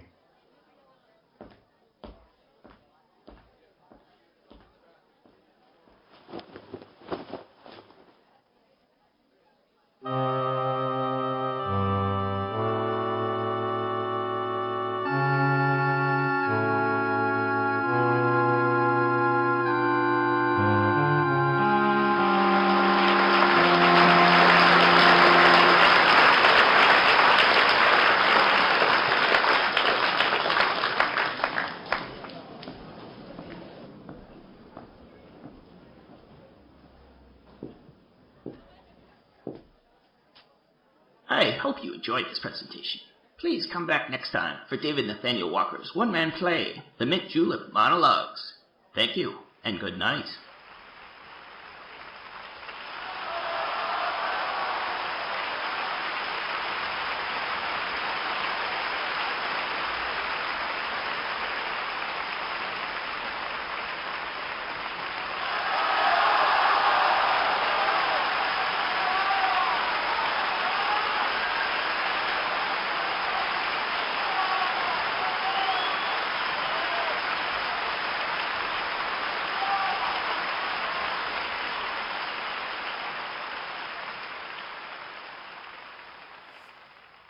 Again, thanks, guys, for putting this together for me. Fantastic. I know you got a lot of artistic free reign. I don't know how you guys came up with this, but it was fantastic. So, again, a real tip of the hat. I really appreciate your help. Yeah, we had a brainstorming session, and Jack came up with I think it was my idea to do the accent, but it was all Jack for the. We basically said we're going to take an evening and do our buddy Mark a favor, and that's what we came up with. The thing is, we were given artistic license, which means when two lunatics are allowed to do whatever they want. Yeah. But you're welcome. Well, it was fantastic. Well, you guys got a lot of experience doing Vinland old-time radio, so why don't you do a shout-out for that show and tell people what that's where it all started, when we first did podcasts, and nobody listens to them. So, Vinland old-time radio. It's two N's in Vinland. And it's radio plays, and it's insanity. We do some other things, like watch movies and do commentary and things like that, but... generally, it's just us being insane, and I think it works. But nobody listens to it, so it's easy to be insane when nobody's listening. That's the key. We're dancing like no one's watching. It used to be like hours and hours of making these radio plays and stuff. Just time and effort. No one listened. We start doing the Deadzone podcast. We just natter like a couple idiots for a little while. People are losing their full minds. People, whoa, this is the greatest thing. We had 1,600 listeners just pop up out of nowhere. And it's like nothing. What we were working. We were being artists over there. Yeah, we get like 10 people listening, and yeah, it just proves that our art will only be appreciated after our deaths. Yeah, I can't wait till Tuesday though. Well, you know what though? But you guys put that all that experience to great use, and you guys did some great audio novels for Deadzone. I got to give you guys a shout out for that too. You did them with Coach; those were fantastic. Yeah, originally it wasn't to be with Coach. Coach, he every time we'd like give him something, he'd like more lines. So him and his family ended up dominating the vocal talent, along with Jack and some other people. But hopefully, we were supposed to get more containment protocols, short stories from Mantic, and they never came. So we do have that Warpath novel. Maybe we should set that as a goal for the Patreon. That if we get to a certain point, we'll do the Warpath novel, because otherwise we make up funny things. Once again, on Vinland Old Time Radio a long time ago, we did some comedic Deadzone sketches, and if you leave it to our devices, it turns into a nut show. No, neither of us can run for politics. Let's just put it that way. That's true. But well, you know what? We're going to have to put that talent to good use when we get some. Maybe we could do the Kings of War short stories that were done. We'll get Mr. Phaneuf here and myself and some others to help you guys out with those. Those would be fantastic. You guys really did a top-notch job on those, and I'm going to encourage people. Now, those are just in your audio feed, right? If you just go to the Deadzone, the podcast feed, people can find them? Yep, or if you go to deadzonegame.podbean.com on the left-hand side, I believe, you can see it's called Containment Protocols, and you just click on that, and they're all there. And it's all the short stories written. It was a short story book from Mantic, and Community Pat actually originally asked us to do the audio books for it, or audio plays. Really, I wouldn't call them audio books because there's sound effects and there's some acting, but generally it. Oh yeah, they're it was great, a lot of work. People. And, I mean, if guys and gals, check them out. They're fantastic. So, thank you. Yeah, it was a lot of work, and we do appreciate it when people actually say they actually listen to them. And Adepticon, somebody came up to us and said that he was getting his wife into listening to those, and maybe to get her into playing Deadzone through those. So we're like, oh, well, maybe that's a thing to do. So if your wife is interested in sci-fi, listen to those. Maybe she'll get into playing the games. But we hope to do a community service. That's what we're trying. But yes. Well, speaking of community, Community Pat, you guys mentioned that you guys have these painting hangouts. Now, do you guys tweet the link to that, or how do you let people know that you guys are online and you could actually paint with Community Pat and yourselves? Well, right now they're private, but I know Pat wanted to open them up, so I'm sure that'll happen in the near future. If you follow maybe our Twitter or Facebook. He posts them on the Mantic North America page, usually on Facebook, I believe. We also do a monthly hangout with Coach called Deadzone Monthly on his channel, Family Gamer 777, which that's public. It's just us hanging out, and people watch and listen to us once again, natter. This time with absolutely no. There's so many tangents. It's barely a show. I don't know why anybody listens to that thing. Well, hopefully the paint. Yes, it does pass the time, and we get stuff done. That's the important part. Oh, for sure. I haven't been as productive or as prolific. A lot of the people have said, I'm just sitting here painting with friends, and that, because we do sometimes Coach will have a show that he kind of plans, a theme. Other times it's a hobby hangout, and we just talk like we're just buddies, and we just paint. And we get stuff done. And if you're looking to build a faction, like a strike force, or if you're looking to build a unit for Kings of War, just hop on in and paint away with us. And there is a chat in the because it's on YouTube, so they have the chat on YouTube that we watch and we talk, we interact that way. And yeah, but we want to do more of those because it is fun. Just to, like Jack says, it's like hanging out with people, and that is how we met all of our friends like Coach and Tyler and Andrew, Coach's son Andrew, and Fabian, and all those kind of guys. We met them through these kind of shows, so it's good to, and plus all the people we met at Adepticon, a lot of them were active in the chat there. It's fun just to it's about the community really, because that is the best part about it. The games don't really matter in the end. It's all the people you get to hang out with. And you guys should start a Patreon, because you guys, I think, have a bigger following than we do. At least King's War is a much bigger game, so You guys could rack in the dough. You could build your armies for free, people. You're wasting. You're throwing money away. You're leaving money on the table. You might be propositioned by a sheik. We are leaving money on the table. Take it or leave it. We're still waiting for our sheik. Oh yeah. Oh, gee. I will rub that man's feet with scented oils. It'll be. It's just the money. It just put the money on the table. There was a guy this past weekend at Crucible, and it said his shirt said, "I'm not gay, but $20 is $20." It's like okay, that's Patreon right there. There it is, man.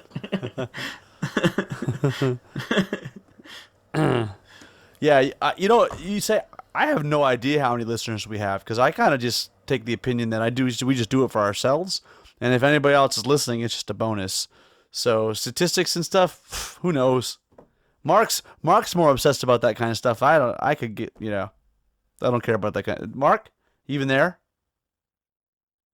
Okay. I am here. Absolutely. We stunned him into silence. Yeah, no, we've talked about it a little bit. I've been trying to look it up, but I'm giving up. So, it's like Rob said, we do this for the community. We do it a little bit for ourselves, but mostly, we do it for everybody. And, we just have a lot of passion for Kings of War, and we just love the game, and we just want to share our passion with everybody. And, just Mark, is that what we're calling it? Passion? So we're calling it passion now? Is that what we're calling? Okay. All right. Passion? Pick your word, Rob. No, passion's a good word. Passion. Like a fine romance novel. Hey, you love the game.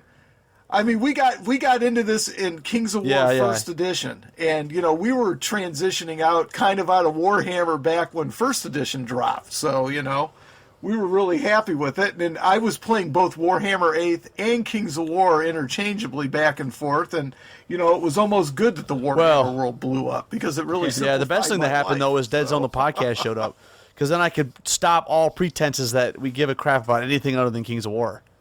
That's right. Yep, we got to fill the niches. Exactly. I do have a question though about Kings of War, and you said you got in on the first edition. I've heard that the first edition was not that polished. It was terrible. It was not terrible. Let me back up. For someone to go from, say, Warhammer or some other game from some other company to it and love it, and I've heard it was broken. Like, how does that work for you guys? So, absolutely correct. First edition had a few things that were just issues that obviously, what is your favorite saying, Mark? That no plan ever survives first contact. So with the enemy. once they released, first of all, we followed along watching Alessio Cavator going over to Beast of War and talking about the beta test and all that stuff for Kings of War. But when they actually released it, it turned out that war machines were insanely powerful to the point where you could, if you had enough war machines, you could end this game on turn 2. You could just shoot them off the table. Knights were uber awesome. They would just hit, and then they would just hit again, and they would just hit again. Oh, and they're high defense, so you're not going to knock them out. And then obviously flyers. So you had flyers, war machines, and heavy cavalry. They had to be toned down. And I think they took unfortunately, it took us playing it for several years. Mark, how long did we play First Edition? 3 years? Oh, yeah, so absolutely. At least that. I mean, and I really enjoyed it because I played it at small points, so I didn't have all those problems. But I did play Shannon Shoemaker's 7 War Machine Army at the Clash of Kings in 2000. Yeah, the highlight for me was, do you remember that event at Adepticon where we had the guy throwing stuff? Oh yeah! Oh, I still have the head so of I'm playing a guy, and he left, Colin I'm playing a guy, and I mean, let's be honest, I'm just there for, just have a good time. I am actually just kind of a casual gamer at heart, and I'm playing, and I'm doing stuff that probably shouldn't be working in Kings of War, but it's just pounding this guy into the ground. So he finally snaps. And he starts, talking to his guys, putting them on the ground, and he's stomping on them. He's, smashing the units because they're disappointing him in terms of performance. And then he starts chucking them. So, Mark, that's my memory of First Edition, was that dude just going berserk at Adepticon a few years ago, just throwing stuff everywhere. That was Clash of... Yeah, that was Clash That might have been of the Kings first... 2014. Was that the first Clash of Kings we attended? I'll never forget that. You know what? I think so, because I had to wear the Michigan State University shirt because I lost the bet. Answer, to circle back to your question, first edition there was some significant problems with it, but I think we had to go through that to get to where we are with second edition. Because second edition it's a beautiful game. First edition was kind of like, okay, here's your first Deadzone had similar problems. Yeah, absolutely. Now, I liked first edition a lot. It really got me going. And second edition is very elegant. The Rules Council has done a very nice job. And you were just mentioning, Rob, that you guys went through that with first edition Deadzone. Yeah, not quite as bad, but there was definitely issues. And yeah, the second edition is just amazing compared to it. So it's worth waiting out bad editions, I guess, is what we're saying.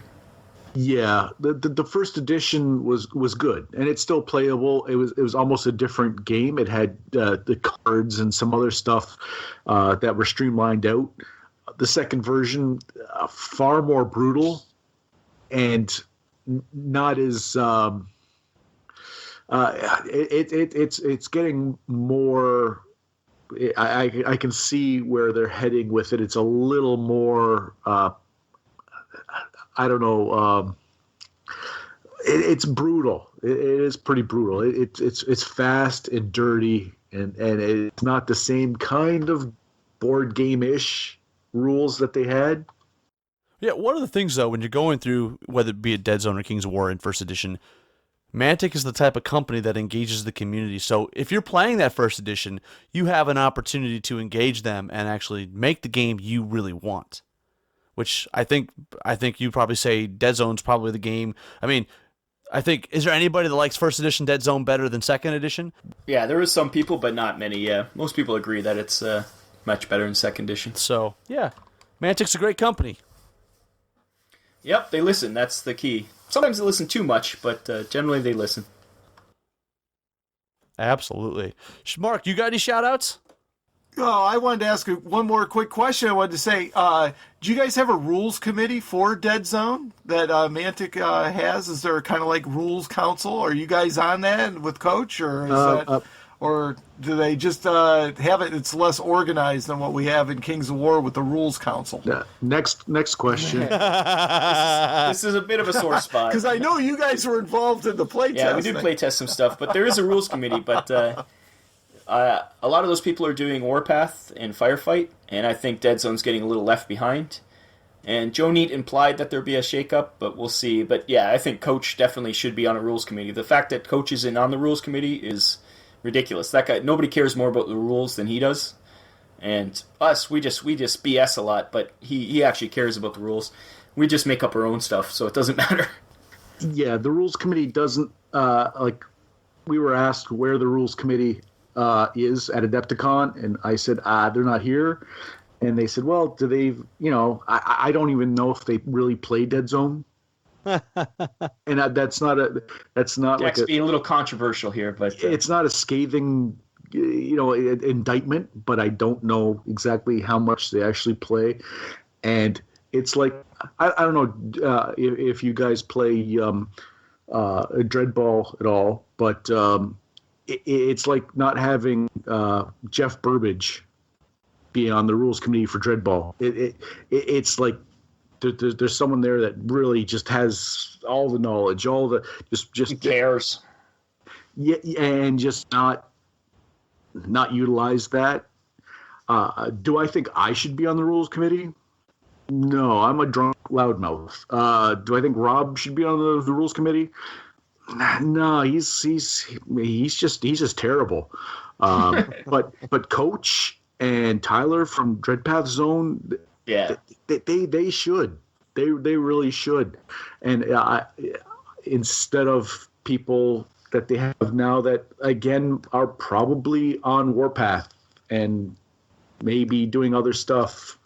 Busy doing other stuff. Yeah. Yeah. So again, you dragged it out of me. I didn't want to. And that's not to say And that's not to say the rules committee is bad, because they did a great job in version 2. And it's just, unfortunately, they're not getting paid. They have other things to do, right? Yeah. So, and if their focus right now, especially I think the Mantic's focus right now is on Warpath, Deadzone needs a separate group that's willing just to upkeep Deadzone, Not those people who are too busy doing other things. That I can't blame them. Once again, they're not getting paid.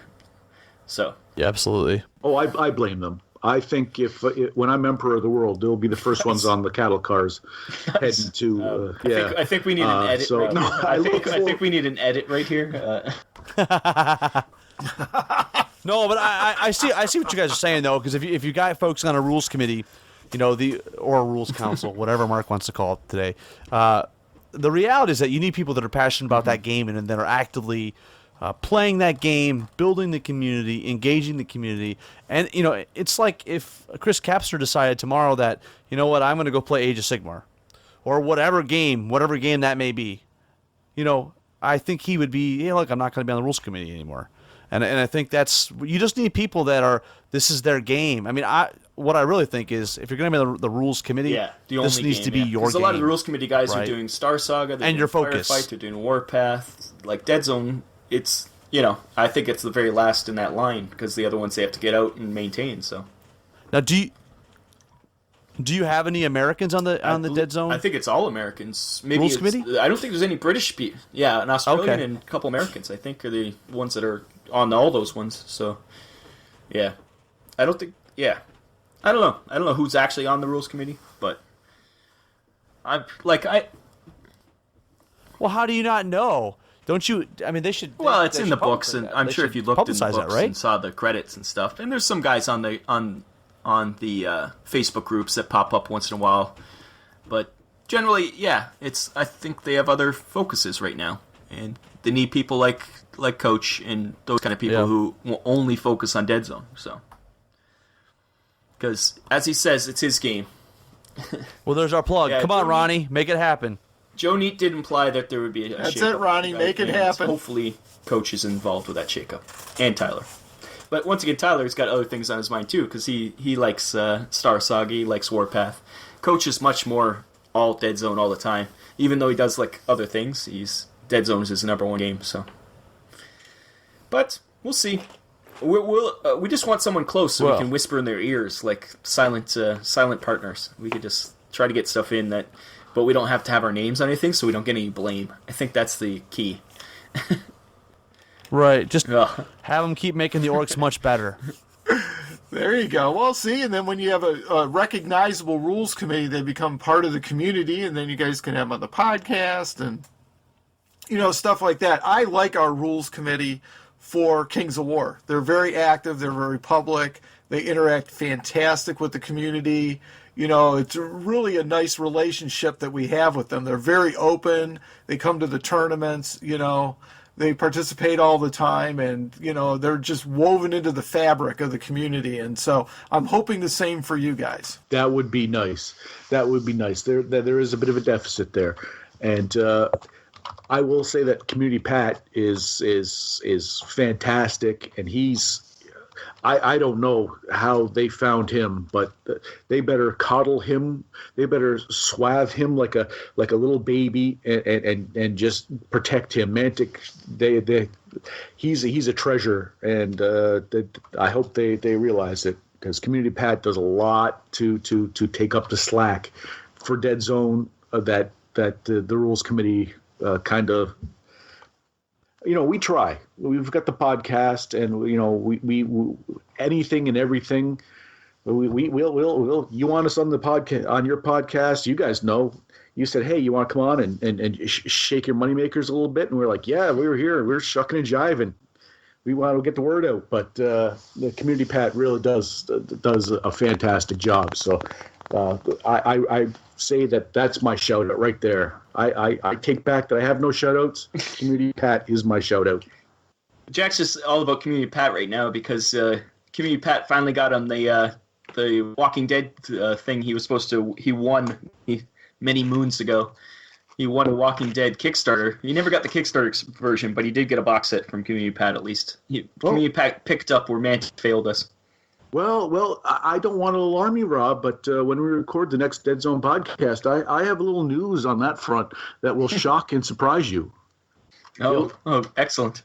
Yes, it'll be like a little bit of a teaser right here, but the real event will unfold on the show. The shocking twists and turns, it's like walking through a haunted mansion. There's gonna be surprises and there's gonna be some scares.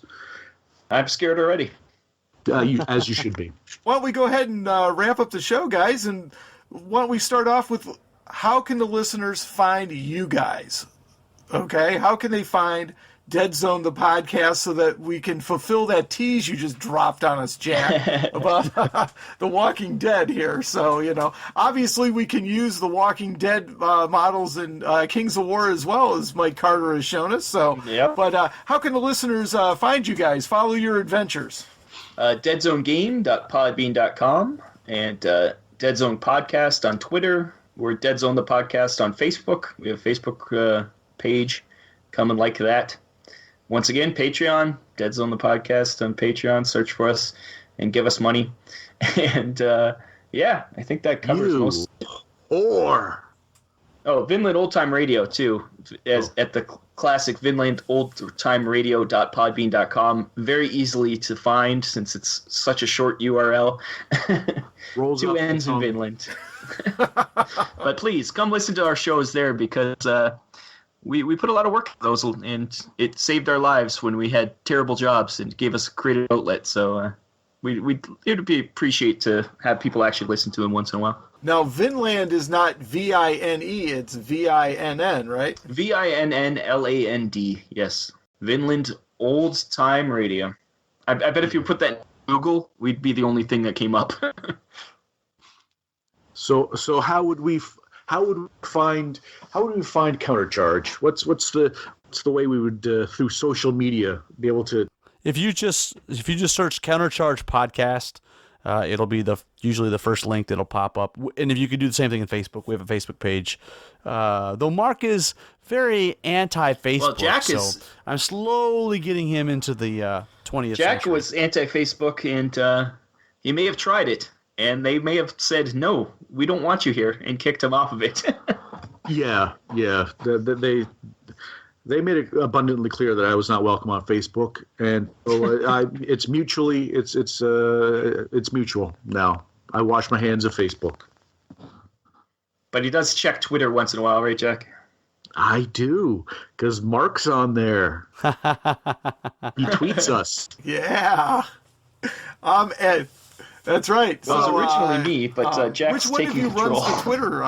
Slowly but surely, I'm learning to Twitter. That's my social. That's my. You know what? I think the Robs are Robs, and Mark and I are us. Like I think we have the dynamic. There's distinct parallels I'm learning. So you're saying Rob does all the work, and no, that's not what you're saying. Yeah, pretty much. I don't remember saying that. I was just thinking. I was just thinking the same thing, Jack.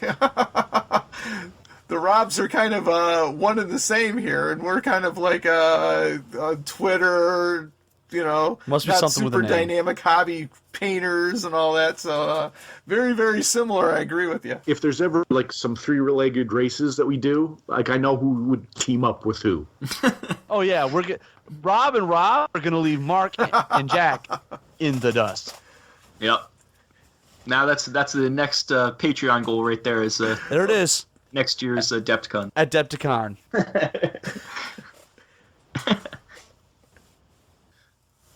That would actually be fairly cool. We could do that. So, but on Twitter, I am at ASLSKFan, or you can find me at Countercharge15. So, and Jack, what's the Twitter handle for Dead Zone the podcast? I don't know. I could give you a Grindr profile if that's what you want. It's just Dead Zone Podcast. It's just Dead Zone Podcast. Oh, okay. Dead Zone Podcast. Hashtag bases don't matter. Hashtag Jack is awesome.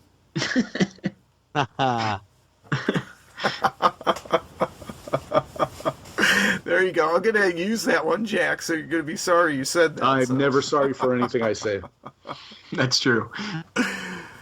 Very, very cool. Guys, it has been an absolute pleasure doing a mashup episode with you. It has been fantastic. I hope both audiences have learned about the games and we can kind of have some more synergy between our two communities and both of us enjoy each other's games, so to speak. You know, I mean, when we had Mantic Radio, we talked about all the Mantic games, so we certainly played a lot of Deadzone in our time. So it's very nice that you came and joined us and that you're starting to play Kings of War, and we're going to invite you guys to come play some games with us. Fantastic. Thank you very much. And yes, I'm glad you came and joined us as well. I think this is something that Mantic, the community at large, is great for. And this is just part of the same thing that makes the community really what it is. And thank you guys. This has been fantastic. All right. Well, why don't we turn it over to Mr. Wintergreen and let's get out of here, guys. Okay, take it away, Wintergreen. Thank you for listening to the Countercharge and Deadzone, the podcast crossover special event episode. I have been your announcer, William Randolph Wintergreen. And until next time, keep countercharging